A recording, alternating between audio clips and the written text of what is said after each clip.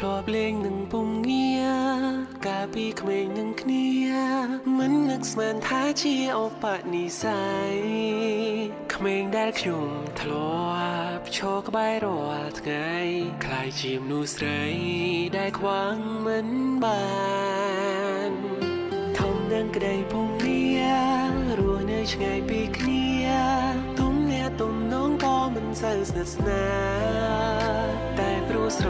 ឡាញ់ព្រោះតែចង់នៅក្បែរកល្យានបងលះបងអ្វីគ្រប់យ៉ាងឈល់ចិនអូនពួកយើងក៏បានមើលចិនគ្នារូបពុំងារមើលថែបងគ្រប់ពេ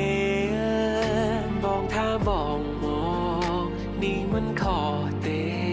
ក្បែរមានវេជាក្តីសងបងរដូវផ្កានេះហើយរយធម្មតាតែស្នេហ៍លីរារីតាមិនដែលស្រពោនកាន់តែរីកធំដោយក្តីស្រឡាញ់មកដែលមានលើអូនតាំងពីដំបូងលែដែលសួរថាស្រឡាញ់មិនដល់ថ្ងៃណាគឺថ្ងៃដែលសមុទ្រចោលសាររៀងស្ងួតអូពេលនៅឆ្ងាយណាស់នៅចិត្តកាន់តែស្មោះជីវិតបងរស់មានន័យក៏ព្រោះមានអូនស្នេហ៍ស្ងួនប៉ុនមេ